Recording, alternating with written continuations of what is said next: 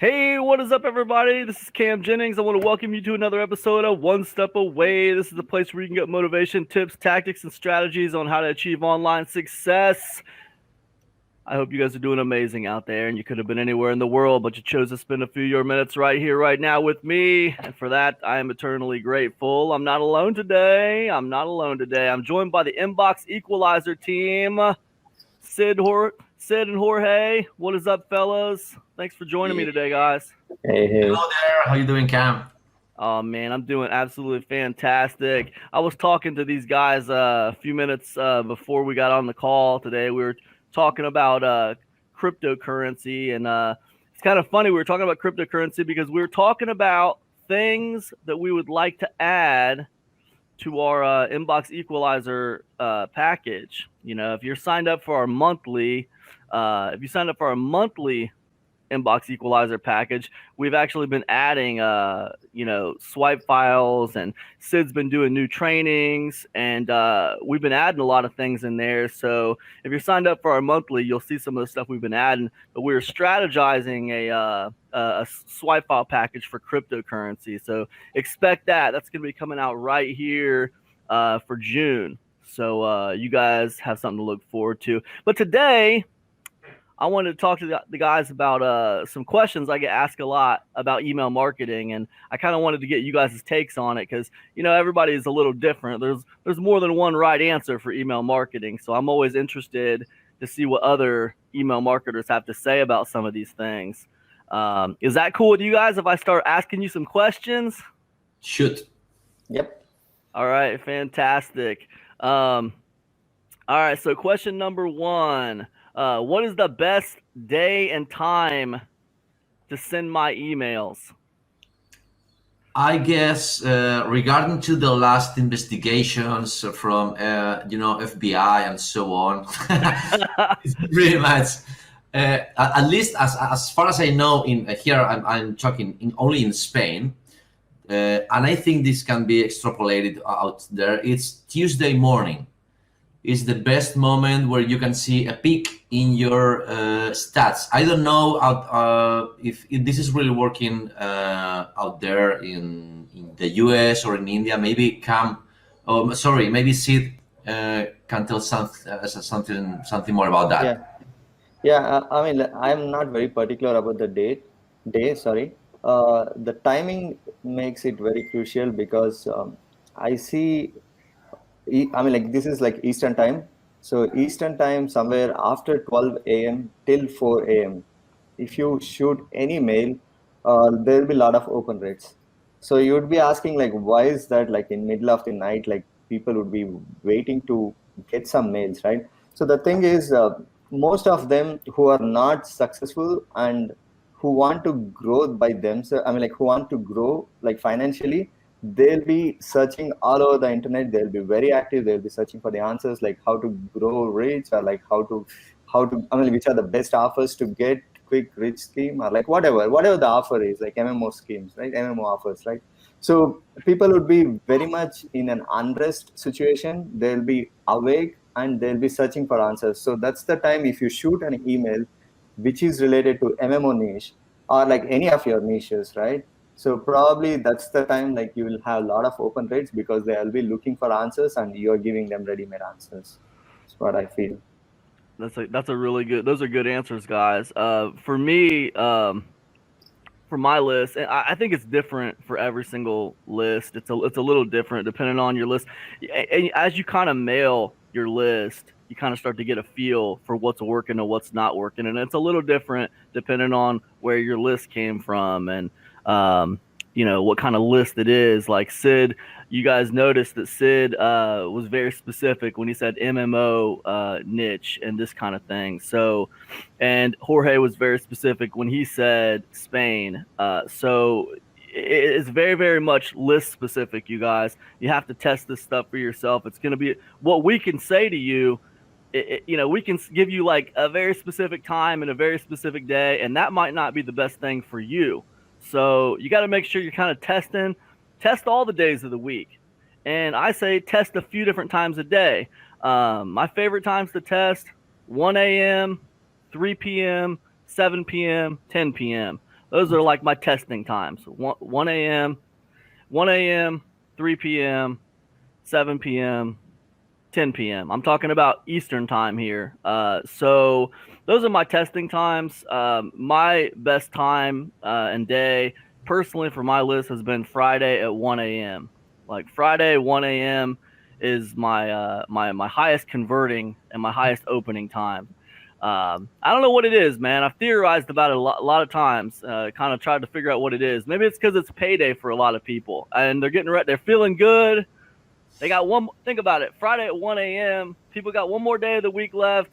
They got one more day of work. Then they're off for the weekend. Then maybe they can buy something to get them out of this crappy job.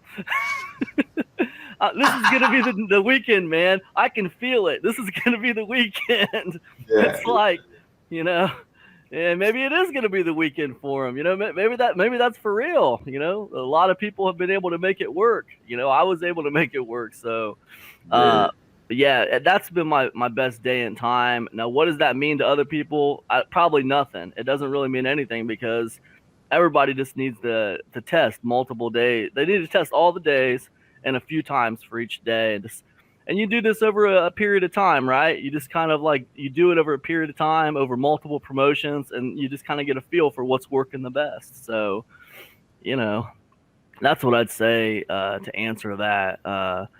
But okay, now this is right up our alley. How can I make sure my emails don't end up in the spam folder? Well, Jorge, you want to start us off, man?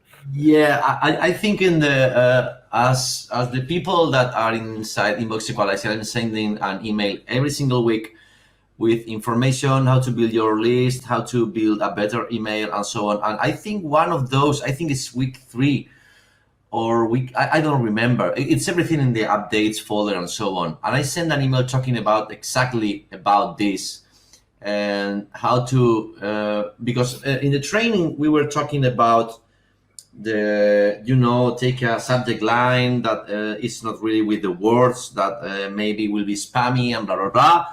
And actually, I put another software that I found later. I don't remember the name. It's email check or something like that. That actually is telling you about the thing that we talked a few weeks before, the DK, IM, and all that technically stuff, and blah, blah, blah. I think it's really, really important to check out that emails because our users are going to find good, cool information that we are trying every week and so on. So I think it's really worthwhile to take a look. If you have lost any of the emails, it's no problem because you have everything in the updates folder inside the Inbox Equalizer tool. So my best advice for that is just check it out, everything every week, see what's there because we are still working on that. We want to be this tool to be as big as it can be, and we want to support that. Sid? Okay, so I think Jorge has covered most of the thing, like, but I'll just focus on swipes. So I mean, like, because most of you, I mean, like, everyone, like, they do get like ready-made swipes from one or the other sources, right? So the problem with swipes and the problem with certain keywords, I'll just explain how it works.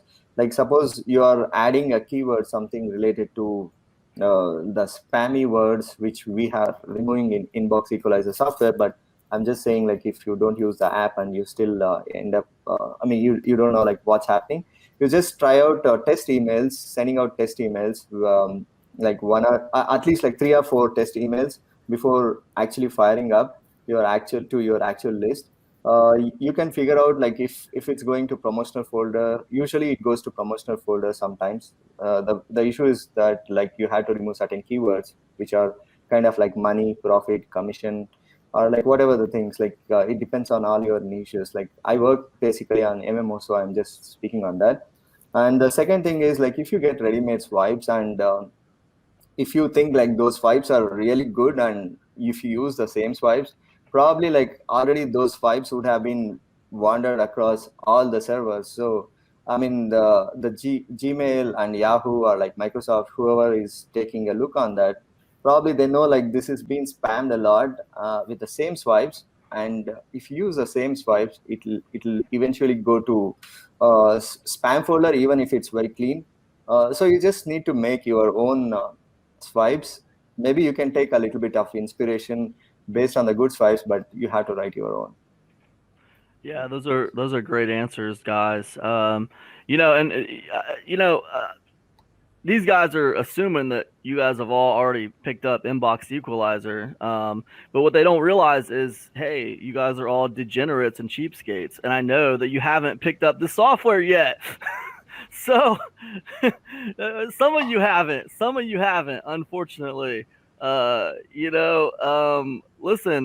Inbox Equalizer is a game changer, you guys. You think you got good subject lines, you think you got good emails.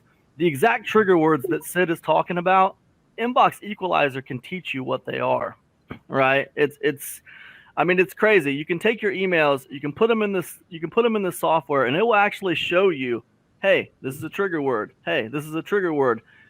I mean, sometimes it's as simple as changing a word from click here to check this out or something like that. Sometimes it's just simple phrasing, right? Now, of course, Inbox Equalizer will do that for you at the push of a button. It'll change it and fix it for you, or you can get creative and find your own ways to fix it. But the point is, what I love about this software is it actually will teach you. It'll teach you what's wrong with your email and what is really some of the problem why it's ending up in the promotions tab. So it's a great software, and I think right now we have it on a 7-day trial for $2. And if you like it, guess what? You can get it for $27. All you got to do is just not cancel it, do the 2-week trial at $2, or I'm sorry, do the 7-day trial at $2, and then just let it roll. Pay the $27. And it's a one-time fee, and you got it for life. So, it's a really helpful tool. There's really no reason why anyone should not have this software. But other than that little cheap promotion aside there, I will say that, you guys out there trying to send these emails, you might not realize this, but you're being graded. You're being graded by these EMSs. You're building a reputation with them. They're keeping a report card on you as an email marketer. And, the more people that ignore your emails, like the more likely they're going to put you in promotions tab. So there's a couple things you can do to combat that. A couple things you can do to combat that. One of them is making sure you're keeping your reputation up as an email marketer. And the way you can do that is you can inject some value right there in the inbox. You can just inject some value right there in the inbox. Don't send them anywhere. Just give them something right there in the inbox, something valuable. Talk to them about something cool. Educate them a little bit of entertainment value. Don't do it all the time, but you don't have to do it all the time. But just that value in the inbox itself can go a lot towards raising your reputation with your subscribers, kind of keeping them guessing what you're going to send them, and that'll make them open your emails. If they don't know what you're going to be sending them, that'll keep them open your emails. It's a little different with cold traffic than it is with warm traffic. When you got warm traffic, these tactics I'm talking about work. When you got cold traffic who don't know you, they don't like you, they don't care about you, these tactics, they don't always work as good. And what you got to do, two things. You got to work on warming that traffic up a little bit, work on warming that email list up a little bit. But the other thing is you have to brutally clean your list, like very frequently. Frequently, you're cleaning it on an effort to, keep the list just people who actually open your emails. It's all in an effort just to keep your reputation up with the EMSs out there. So I hope that answers you guys' question on that. Let me move on, guys. Let me move on. Should I segment my email lists? And how should I segment my email lists? What do you guys think?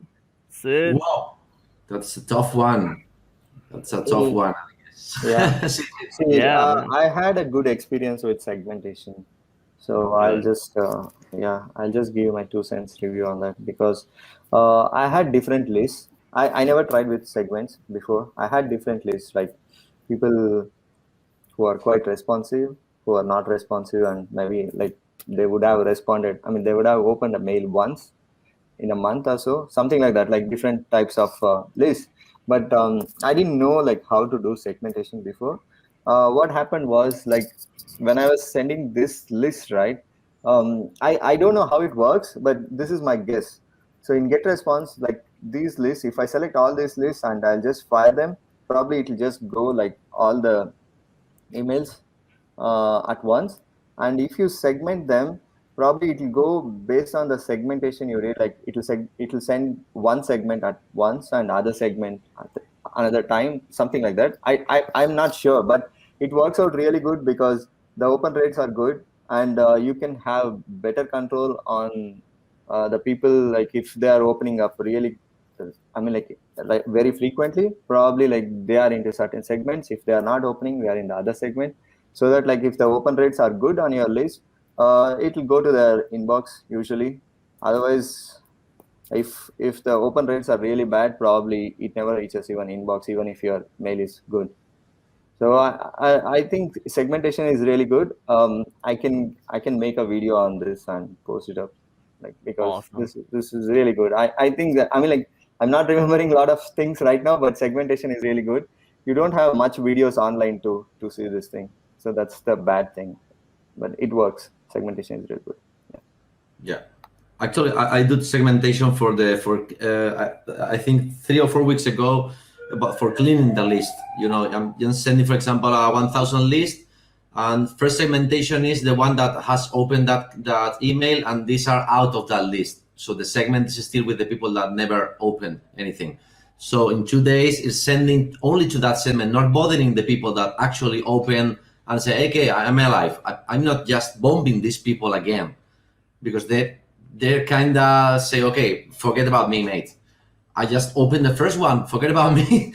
So it's just in a matter of a week you can clean your list in segmentation. It's actually I did a video about that, explaining how to do that. It's also in the updates, and so you can check it out and just clean your list. I really recommend at least once a month. I know it's kind of boring and so on, because you're pretty much working to lose people, but actually this is not real people because they are not opening anything. So you're pretty much do the housekeeping pretty much. So you have to bear in mind that this is for the best for you. You keep your rates going up and so on. So get response on Aweber or whatever you're using. I'm not saying, okay, you're sending emails and your open rate is 0.5. Okay, you're sending crap pretty much.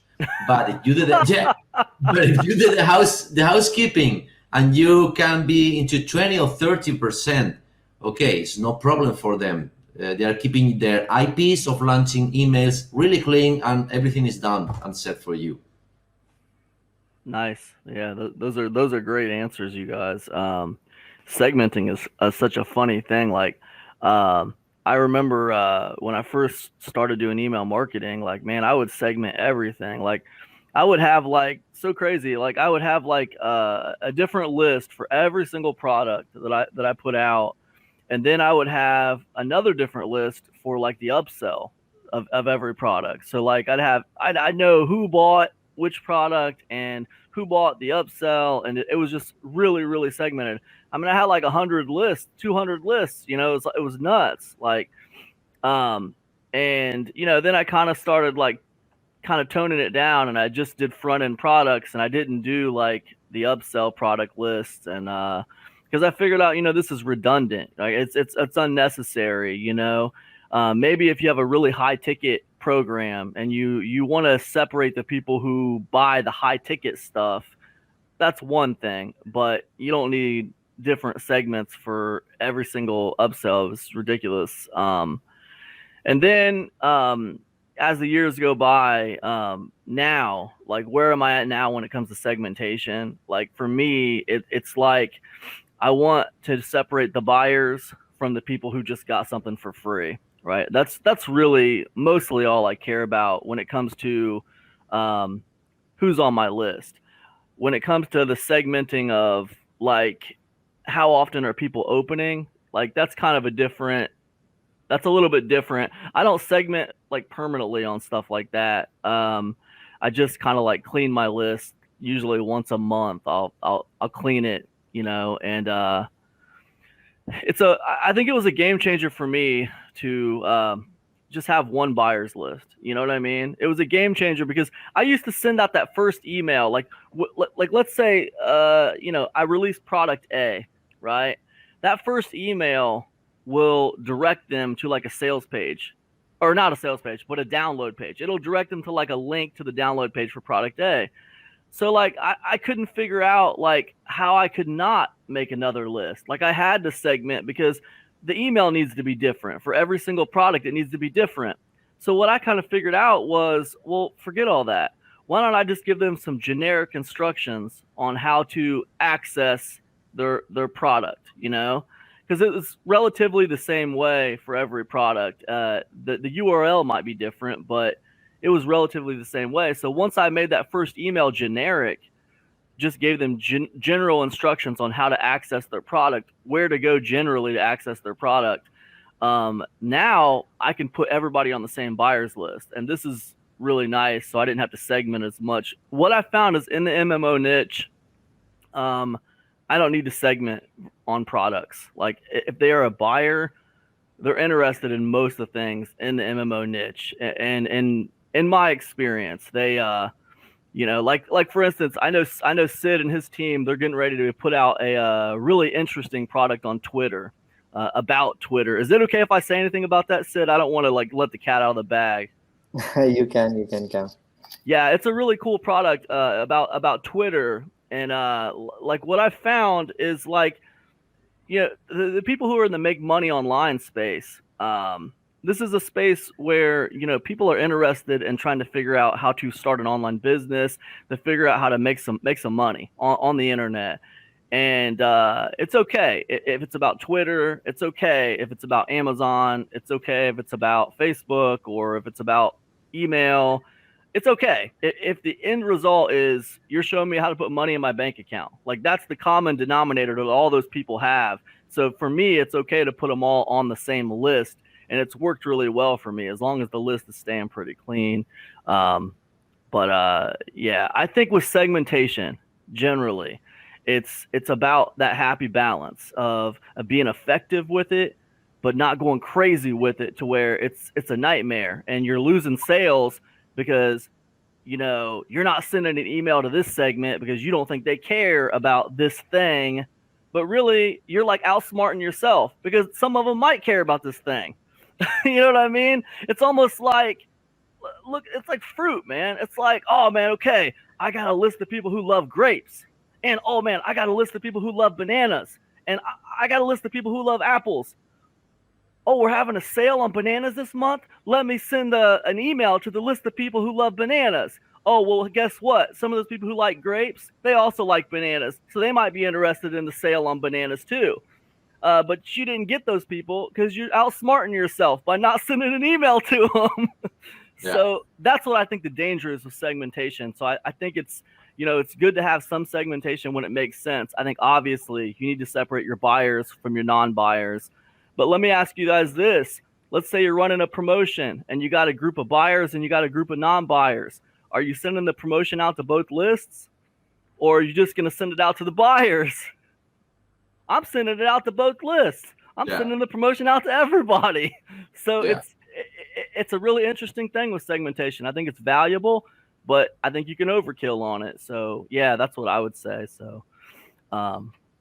Anyways, those are some really good answers, guys. I'm learning things just by listening to you guys talk about this stuff. So it's really cool. Okay, so here's a question for you guys. How do I write a good subject line? Well, once again, we're talking about. I know the answer to this one. Yeah. Of course, in Inbox Equalizer, you have a lot of. I think it's 1,000, and if you are in the first level, you have 1,800, I guess. The thing is, this is pretty much like a gambling because you press the button and it's showing up a lot of because I think the idea is showing you stuff. So maybe you can, okay, my mind is in blank, I don't have any idea today. Let's click a little bit to see pop, pop, pop, pop, pop, and the subject lines are popping up, and suddenly you see you resonate, some subject line resonates with you. Okay, that this is what I want to tell. And of course, you don't have to use it as is. You can just change it and tweak it and put an emoji and so on. So it's for me, sometimes Inbox Equalizer in that is the essence of avoiding the white paper. So I don't know, because I'm sending, I don't know, 4 emails a week, and I don't really know, okay, let's do the work to Inbox Equalizer to see how comes something good. And I assure you that in less than 10, 15 seconds, you are going to find something that you love. That's my advice. Yeah, that's right. It's right on, dude. That's for sure. What do you think, Sid? Yeah, I mean, like it comes back to Inbox Equalizer, like as Jorge says, right? Like if you have no idea, you can start with that. What I see is like not, I mean, like we can generate subject lines, that's true, but there is a point where you got to connect with your buyers as we move on, right? Maybe if it's a new list, probably like these subject lines works really good, and that's a starting point. If you're a newbie, like these are really essential things which you don't know what to write, right? You just say like, hey, good morning. No, I mean, like nothing like, or you want to make money online, something like that. It just directly goes to the spam. So yeah, Inbox Equalizer is a stepping stone for you. Probably like once you start using those subject lines, and later on you have to see your list if they are like shiny object buyers or like reasonable buyers. If they are reasonable buyers, probably you have to connect more in a personal way and say like this, whatever you are selling, you can just give a review, or like you say like you have used or something, say something about the product. So that's like a reasonable list where they think about what you are saying and they trust upon you. And if they are like shiny buyers where you get the list from solo ad vendors or something like that, probably they don't even know who you are. They just want to see your offer. So for them, like maybe like they just want to open the mail and they want to click on that. They don't read anything. They just want to see the offer, what you're offering me to make money quick, right? So like based on your list, that's what it comes up again to. Based on your list, you have to see, you have to experiment, and then you have to use these subject lines. Yeah, that's a good answer, man. And you guys notice Sid was talking about some of this cold traffic. They don't really care about, what your email says. They just open it up and see what you're offering. They don't care about what you have to say that much. And I found that to be true too lately with solo ads. That it doesn't matter. It's sometimes just keep the subject line very closely related to whatever the offer is. It doesn't have to be like it doesn't have to be witty or amazing. With the solo ad traffic, it seems like your first job is to get by the promotions tab, and then your second job is just to make sure you're clear about what the offer is you're offering. Like you could even like kind of borrow from the headline of the sales page for the product you're promoting, like whatever the headline of that sales page is, that can kind of convert into a decent subject line. When you got warmer traffic, you can get more creative with the subject lines and do better. I know like my highest converting subject line to this day is still like check out what I just bought, dot dot dot. Like check out what I just bought, dot dot dot. Like that's my highest converting subject line. How is that even possible? I still remember, Cam, like you gave me a subject line like 7 years into the relationship. This is what happened. Like I don't know, that had like 15 to 16% open rate. Like people want to know what's happening in your life, right? Yeah, man, they want to know what's up, man. Hey, like everybody wants to see, everybody wants to see what's under the box. Everybody wants to see what the next thing is. I used to say, man, people go to the race to see the car crashes, so so if you insinuate that something bad is getting ready to happen, then everyone's going to open that email, like, oh, I got to see what happened. So I don't know. It's interesting. There's a few ways. I think with subject lines, there's no just like one right answer. There's a few right answers, and it comes back to like what we were talking about earlier. It's really about testing. Like you got to kind of try different things. You experiment with a few different things and take note of what is working for you when it comes to subject lines. Don't just go like one style because, someone says that or whatever. Try that style and then try a different style. I knew this one guy, he was having a lot of luck with these like fictional emails. Like he would actually change the how in your email it says it's from this person. Like he would change that to like from the future, like his name, let's say his name was Fred Smith or whatever. Like he'd change that from Fred Smith to he changed it to like from the future Fred Smith or whatever. And like the email would be it would be him talking back to himself to the past. Like it was really weird. It was like some fictional type stuff. And this is Fred Smith from the future. It was important that I write this email to you right away because you're getting ready to make the biggest mistake of your life. Boom, boom, boom, boom. And then it goes like on and it ends up being like, yeah, you need to pick this up right now. Boom, boom, boom. And like, it was entertaining though. You know what I mean? It was an entertaining email, but it was kind of fictional and that worked really well for him.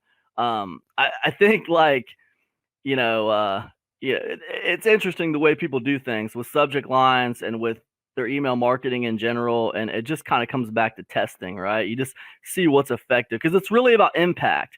How can I get the attention of these people? How can I get them to care about what I have to say? Like, boom. And whatever that is, whether that's just being direct about offers, whether that's, taking them on crazy fictional stories or, telling them about your last 3 marriages that crashed and burned or whatever it is, man, whatever it is to create impact and to get them interested in what you have to say. That's the right answer. And I think it's a little different for everybody. You just got to test it. Right. Look, I guess is that enough questions, guys? Are you guys tired of hearing me drone on and like, are we done answering questions? All right, cool. Yeah, man. Hey, maybe we'll answer some more questions next time. It's always awesome catching up with Inbox Equalizer team. I love talking to you guys. You're so knowledgeable about email marketing, and I really love catching up with other people who are like kind of students of the game of email marketing like myself. So guys, thanks so much for being on the show today, and I can't wait to catch up with you guys again next month to see how some of you guys' product launches have done and see what's been going on. So I guess that's it. That's a wrap. Thanks so much for hanging out, guys, and I'll see you on the next one. Okay, bye, Kam. Bye, see you. Thanks. Bye. Guys, and I just want to remind you, when you hear us talking about adding swipe files and adding trainings, Sid was talking about adding trainings. When you hear about that stuff, man, I'm talking about the Inbox Equalizer Producer Edition, okay? So when you buy Inbox Equalizer, it's amazing. It's going to help you. However, there is an upsell, and it's just for a small amount of money every single month. And it's basically just for us to keep maintenance up on the software. But for that's Producer Edition. And for that, man, you get amazing stuff, right? You get new swipe files added every single month. We're getting ready to add stuff on cryptocurrency, new trainings. Sid's getting ready to add some new trainings in there. And, it's just awesome, guys. So be sure to check it out.